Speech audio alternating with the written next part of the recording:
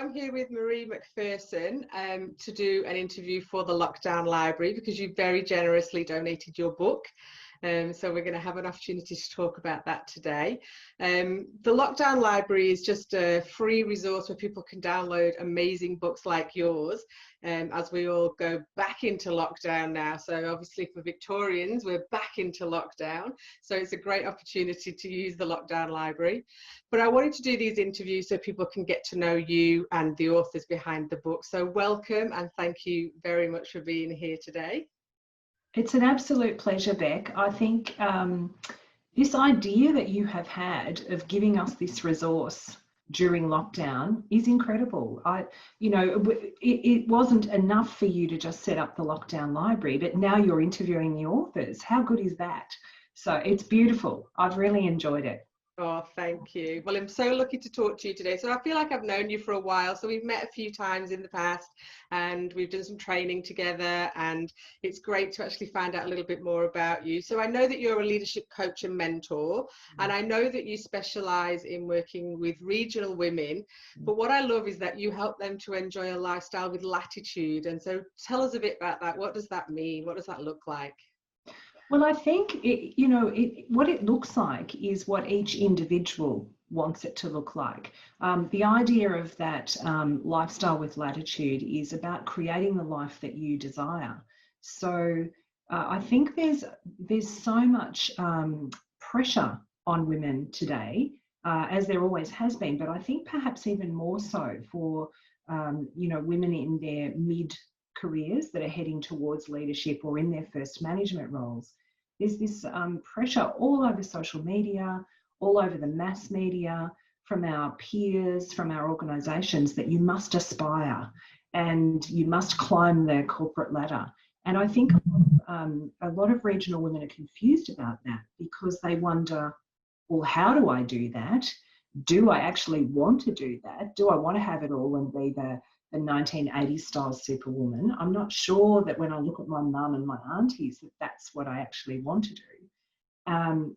Does our society and gender structures allow me to have that lifestyle with latitude? But how do I create what I want that's going to suit my needs and my family? So for me, it's very much about forming the lifestyle that you desire, creating. So it feels like it's less about that, the old having it all, women can have it all, but it's more about having everything that's important to you. I think that's exactly right. I think you've nailed it. And for me, that is having it all. If you stop comparing yourself with other people, comparisons are great if we use them for good. Yeah. I think what we tend to do is compare ourselves to others in a negative sense. It's a bit like when Harry met Sally, I want what she's having. And that's great if that's going to be good for you. But if it isn't something that's going to suit you, then it could be detrimental. Yeah. So how do you craft the lifestyle that's going to be best for you?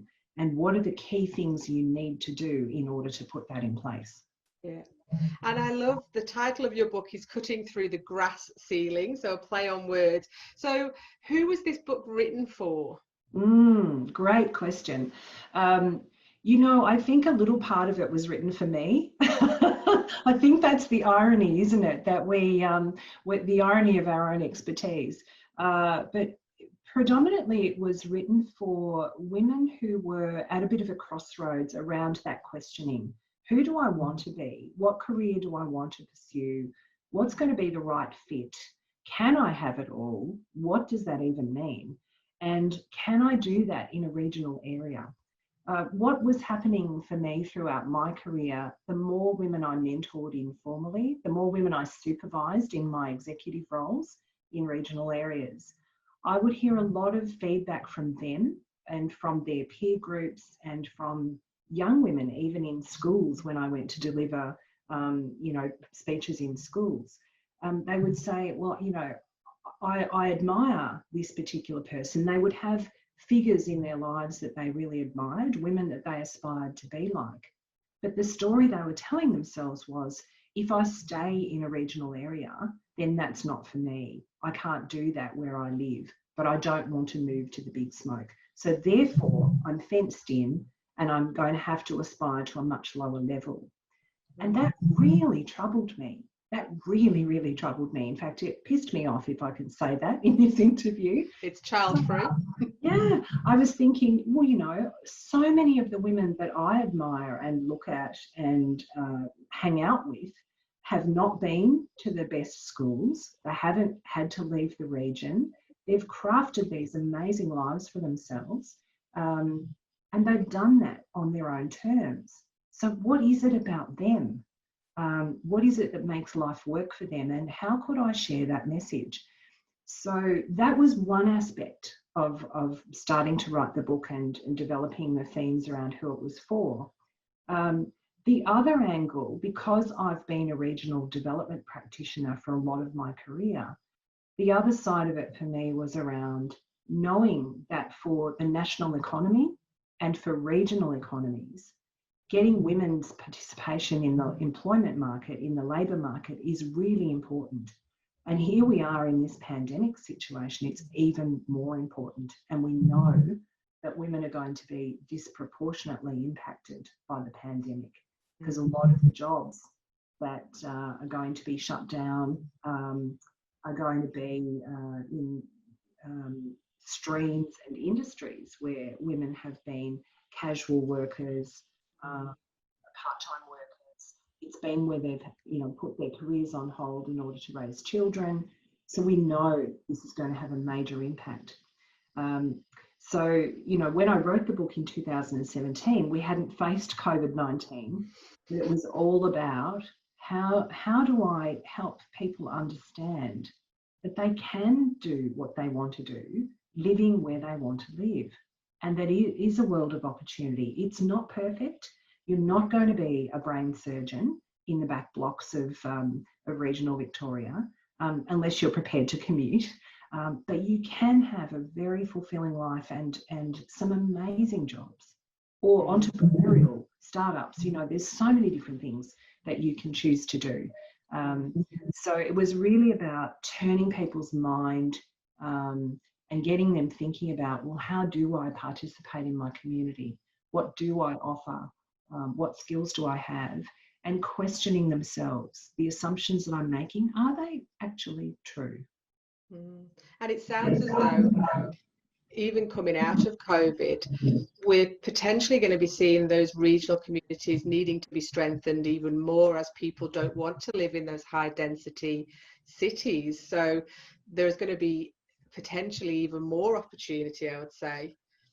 I think that's right. And I'm, you know, a lot of the executives that I coach would say, because they're not commuting as much, because they are doing more work from home, because they are seeing their teams being just as productive or just as effective, maybe not productive, maybe that's not the right word, just as effective without, you know, going into a central office. A lot of these people are saying, we actually don't know that we want things to go back to how they were. We think we might be changed forever.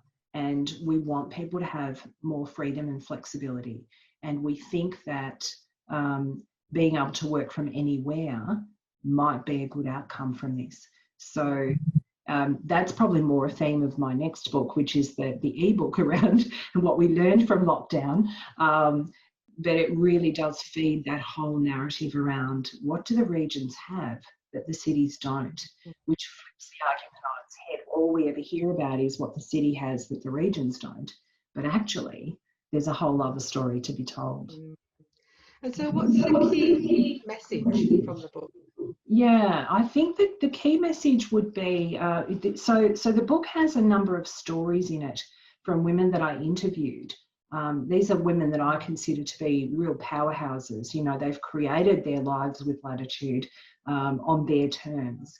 And so I've talked to them about what it is that they were able to do and what inspired them to do so. And there's also some case studies of women that I've coached and mentored through my practice. So they're de-identified, but it tells their stories, the kinds of questions they've asked themselves, the kind of work we have done together. But if I were to sum it up, I would say it comes under what I would call 5 pillars of possibility. And those things would be, developing a growth mindset, making sure you've got an internal locus of control, so you know that you're responsible for the outcomes that happen to you. Making sure you're doing work that aligns with your values, whatever that job is. How can you fit that in such a way that it's a values alignment for you, that's not incongruent and creating pain for you? It's about giving people a clearer perception of choice, that they're not locked into one particular way of doing things, that our careers are a really long corridor full of doors. And you can open any door and take a look. You can have a look in a room and slam the door shut and go, I'm not going in there. Or you can wander in and have a look for a while. You can step sideways into a different kind of job and try that out. You can act in higher duties. So many possibilities. It's not just one thing. And finally, this is the tough one for a lot of women. It's about your preparedness to be visible. So part of the book focuses on how do you really step into visibility and position yourself for the choices that you want to make. Yeah. So what's one thing that people can start doing right now to get this lifestyle with Latitude? I reckon the one thing people could start doing right now is questioning their assumptions. So yes, they could access the book, and they need to read the book, and by all means have a look at some of the other materials that I've written. I reckon the first thing would be, ask yourself some questions. What are the assumptions that you make regularly? What are the 4 things that are your internal narrative that you tell yourself that living in the country I can't do? 1, 2, 3, 4. And then flip that across and make another column and ask yourself, how do I know that's real? How do I know that's true? How do I test that? And what else might be the truth? Because I think doing that one exercise will really challenge the assumptions that you're making about life. Yeah, that's fantastic advice. Just doing that initial thinking, really, it kind of takes you from making the excuses to realizing there really are no excuses, and I can actually do this, and I should Yes. do this. Yeah. Yes. So how do people work with you, Maree? There's a few different ways, Beck. I think people who are women who are going to read this book are most likely to be interested in coaching or mentoring. And the best way to connect with me is probably through LinkedIn or my website. So LinkedIn, you can find me pretty easily at Maree McPherson Consulting. And the website is mareemcpherson.com. So pretty easy. And of course, you can send me a direct message, ask questions. There's also some really valuable exercises to download for free on the website. And you can also access the Lockdown Resilient Teams ebook as well. So people might like to subscribe to my fortnightly blog, The Growth Note. That just has a collection of my regular thoughts on all things leadership and ways that we can enhance ourselves. So yeah, I'd love people to subscribe and come on the journey. Fantastic. And that's exactly right. It is a journey, and connecting with you could be the first step in making that decision that they're going to start on this new leadership journey. And even though the book is written for women in regional areas, it sounds to me as though it could be applicable to all women who are in that place of doubt of, can I do this? That's a good point, actually, Beck. I've had a number of women in the city who've written to me and said, I don't live in the country, but I've got your book. And really, it's not just for regional women. And that's lovely. That warms my heart. That's fantastic. I do think the principles are the same. And of course, my passion was to make sure that regional women actually challenge their assumptions about where they're living and what that means for them. Brilliant. Oh, thank you so much. I'm really excited for people to be able to get a copy of the book. Definitely head over to your website if there's more free resources, and link in with you on LinkedIn and follow your thinking. And yeah, thank you so much again. And we're looking forward to getting the ebook in the next version of the Lockdown Library. So thank you so much, Maree. It's been lovely to talk to you. Thanks for Thank having you. me, Beck. Thank you.